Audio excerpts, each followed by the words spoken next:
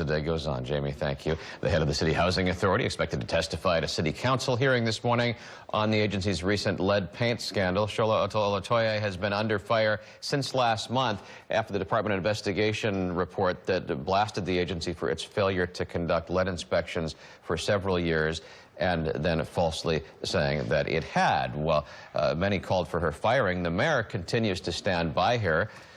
Joining us now to talk about the investigation is NYCHA Chair Shola Olatoye. Thank you for being here. Thank you for having me, Pat. You undoubtedly will face a lot of council members who want to hold you accountable today. What's your message to them? Well, first I'd say, you know, NYCHA is this country's largest affordable housing resource.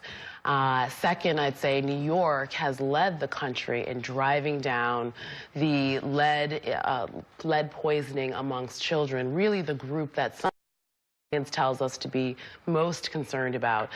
Something like 80% of children are tested before the age of 3 and 90% by the age of 6. And, you know, so New Yorkers should feel confident that the city's public health system has a system in which to identify and track children with this potential issue. Second, I'd say this agency has suffered from decades of disinvestment, and what we have done over the course of the last 4 years is find and fix problems when we can do this, and do that within an era of constrained resources. Look, no one has said, myself included, that the agency is perfect. There are absolutely challenges that we face every day. It is my responsibility to identify them, hold them up when found, and more importantly, come up with a plan to execute on them. So look, we have two issues here. One is how was this particular lead paint inspection and the report handled? The second is the broader thing, which is if I live in a NYCHA development, I just want to know that my kids are safe. Absolutely. So let's talk about the first issue. We in our city council speaker debate last week asked the council members, do you think that the head of NYCHA should be fired over this? I'm going to play a short clip from that. Should Shola Olatoye be replaced as chair of the Housing Authority? No, I think she deserves due process. Probably. No. If she changed only because the media told her to change, then yes. If there's another explanation, no. How does that make you feel? How do you answer to that? Look, I think, you know, this has been we have been part of an ongoing federal investigation for 2 years that I've led that has really looked at all aspects of the organization's operations. And as we have learned information, as I have learned information, I've raised my hand at every single step. Look, in hindsight, could communication have been more precise? Perhaps. But the most important thing that guided our objectives was, one, getting into the apartments that we had identified that had not had these inspections, getting that work done, communicating with the residents why we were doing the work, and that if there were questions about the safety of their children, their apartment, they could contact NYCHA, they can contact the city's Department of Health. So that has been the guiding objective of our work.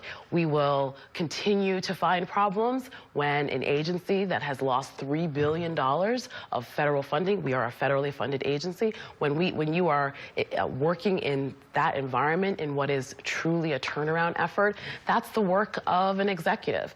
You know, we in 4 years have driven down the time that it's taken to get repairs done, get money out in the street to actually fix some of these buildings.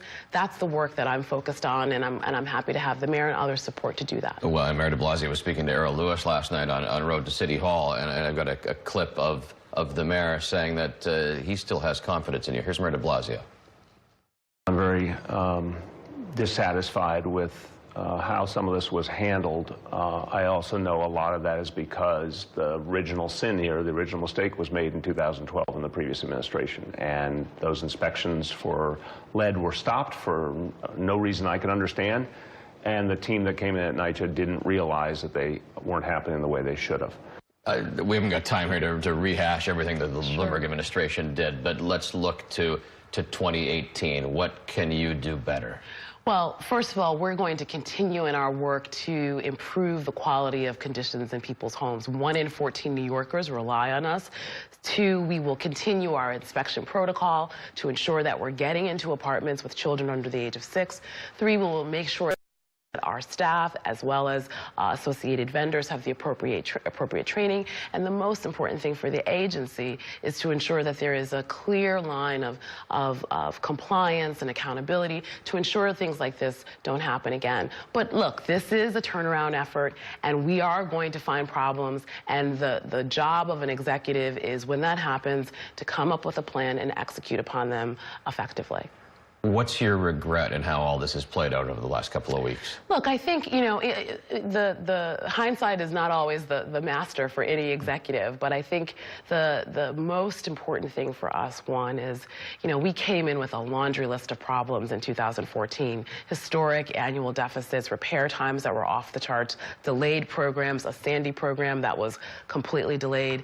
I wish that we had spent a bit more time doing a deeper dive on some of these issues, and now we are, and we're driving forward with real solutions. When you talk to residents in NYCHA developments, are they seeing improvements, or is there as much dissatisfaction there as there has been for decades? I am always heartened by my conversations with NYCHA residents. I've visited more than 270 of our 327 developments, and I think people see their real commitment by this administration to change the basics, picking up trash, cleaning hallways, getting staff the supplies that they need. But they also recognize that this has been 30 years and that it's not going to change in 3 years. And I do think people give us, surprisingly, the benefit of the doubt, and hopefully we can continue that work going forward. The NYCHA chair, who will be speaking to the City Council at that hearing today, Shola Olatoye, thank you for coming in. Thank you for having me.